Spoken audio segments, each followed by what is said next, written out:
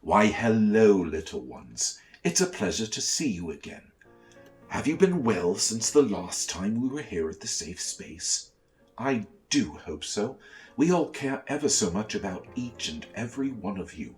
It's terribly important being a little, and it's just as important as all of your other older brothers and sisters on the inside. And that's why we made this for you, this safe space. So whenever you want to come here, you ask them to put it on so you can visit.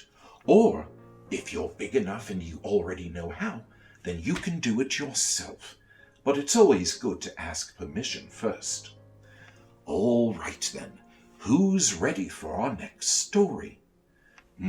Last time it was Thumbelina, and the next story that got the next most number of votes is The Ugly Duckling. But wherever did I put it? It's not over here, and it's not over there. Wherever could it be? Oh, I know. Let's have a look in the chest, shall we? Excuse me, Mr. Bear. We shall have to move you temporarily. Isn't he a lovely bear? He's so terribly pink, and he has this lovely heart with a terribly important word on it. Do you know what that word is? Very good. It's love. L-O-V-E.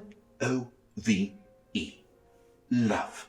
And that's a very important word, because you are loved.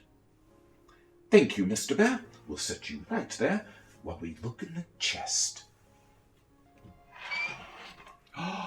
What's this? More books. And sure enough, it's the 2 remaining books from the vote. The Ugly Duckling. We'll let Mr. Bear hold that for a moment. And The Saggy Baggy Elephant. We'll read this one next time. And remember, we have to be patient. Good things come to those who wait, and it's important to share. So we'll put The Saggy Baggy Elephant back in the chest for now. Goodbye, my friend. We'll see you next time. Until then, we'll close up the chest. Thank you very much, Mr. Bear. So he'll have a place to sit and listen to the story too. There you are. Now then, today's story is called The Ugly Duckling, and it was written by Hans Christian Andersen. My, quite a writer, wasn't he? He loved to write children's stories from a long, long time ago. Now then, is everyone ready? Have you got your favorite stuffie, or your blankie, or your favorite toy? If not, press pause now and go and get them. We'll be right here. Have you got them now? Excellent. Now then, everyone cuddle up and put your best listening ears on as we listen to The Ugly Duckling.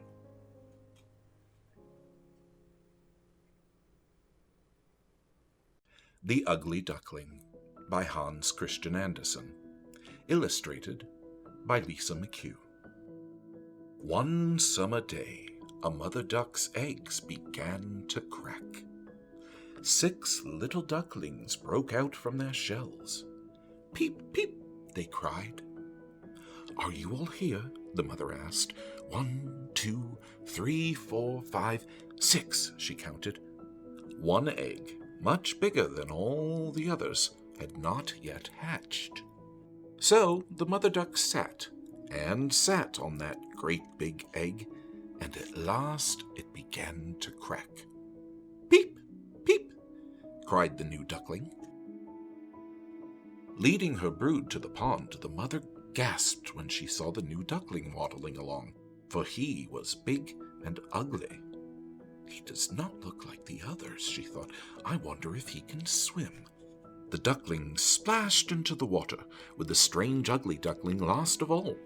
He swam merrily along with the rest. The mother was pleased. After a long swim, she marched her children into the barnyard to meet the other birds. Look at that big ugly one, some ducks murmured. they began to laugh and peck at him. "Leave him alone," cried the mother. "He swims well, and he will grow to be a fine drake, I'm sure."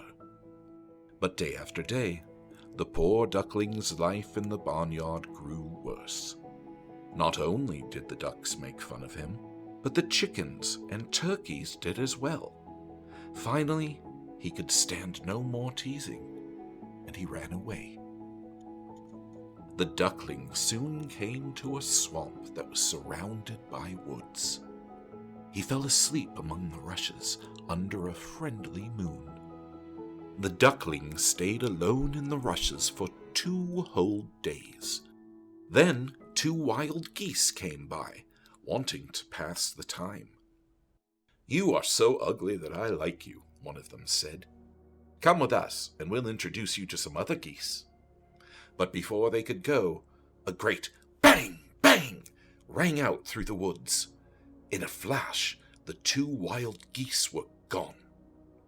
Hunters and their dogs were coming through the woods. The duckling looked about him. In the distance he saw an enormous dog with its tongue hanging out of its mouth. The dog came closer and closer. But after a good look at the ugly duckling, it barked and ran off another way.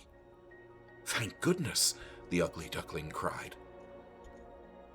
When he was certain it was quite safe, the ugly duckling spread his wings and began to fly away. Flying was difficult, for it was his first flight, and there was a strong wind. But he kept on till evening, when he came to a little tumble-down cottage. The tired bird slipped inside the cottage. It belonged to an old woman who lived there with a tomcat and a hen. "What good luck!" said the old woman when she saw the ugly duckling. "We shall have duck's eggs to eat if this duck doesn't turn out to be a drake." The hen and the tomcat moved quite close to the drake. "Can you lay eggs?" the hen asked. "Can you purr or arch your back?" the tomcat asked. "No," said the young drake, "but I can swim and fly." "Swim, fly! What earthly good is swimming or flying? You should learn to lay eggs." "Or purr," said the grinning tomcat. "I had best be on my way," said the drake, whose heart was beating quite fast. He left the cottage at once and flew into a marsh. Outside, the autumn winds were howling. The young drake was happy to swim and dive in the water, but he felt all alone. One frosty evening, a flock of beautiful white birds flew overhead. The young drake felt strange when he saw them. He cried out to them and spun around in the water, but soon the large birds were out of sight. The weather grew colder, and one night the pond froze. The drake was stuck fast in the ice. The next morning, a kind peasant came by. When he saw the shivering bird, he broke the ice with his wooden clogs and carried him home. The peasant's children wanted to play with the bird, and they began to chase him. He flew up in a panic, knocking over a pitcher of milk. It crashed to the floor along with some china. "Oh!" the peasant's wife cried, raising her hands in anger. This frightened the bird still more. He flew into the new butter, and then he flew into the flour bin. "Out of my house before you spoil all the food!" the woman cried, and she drove the young drake outdoors again. For the rest of the winter, the drake slept in the marsh grass. When the sun began to shine warm again, he awoke. His feathers were a lighter color now, and when he stretched his wings, he found that they were big and strong. How good it felt to fly under the warm sunshine! The drake flew until he came to a splendid garden. there was a pond, and on it glided 3 of the beautiful white birds that he had seen before. The drake fluttered down onto the water. "They will not let me swim with them," he thought sadly, "but at least I can gaze at them in all their beauty." The swans swam closer, and the drake bowed his head as they passed. But there, as he looked into the water, what did he see? A graceful, long-necked white bird looked back at him, and this bird was lovelier than all the others. The drake had been a swan all along, though none had known it, and now all the beautiful swans were gathering about to welcome him. 2 children ran into the garden. "Look, look!" cried the boy. "There's a new swan." "He's the loveliest of all," said the girl. The swan was filled with joy. "I never thought I should know such happiness," he said to himself, "when I was just an ugly duckling." And look, there's the 2 children. They're looking at him, and my, isn't he glorious? Look at all those white and gold feathers. My, he's quite spectacular, isn't he? The end. Wasn't that a lovely story? Very, very interesting, don't you think? How the ugly duckling wasn't ugly at all. As it turned out, all the other birds were simply being mean to him. As it turns out, he was the most beautiful bird of them all. They just couldn't see it. You know, people can be like that too. On the outside and also on the inside. They may look a little different than us, or sound a little bit scary, but that doesn't mean that they're not important, or that they're not beautiful in their own way. Just as each and every one of us wants to be loved, so do they. And so, let's all try to be nice to them and remember that they are valuable too.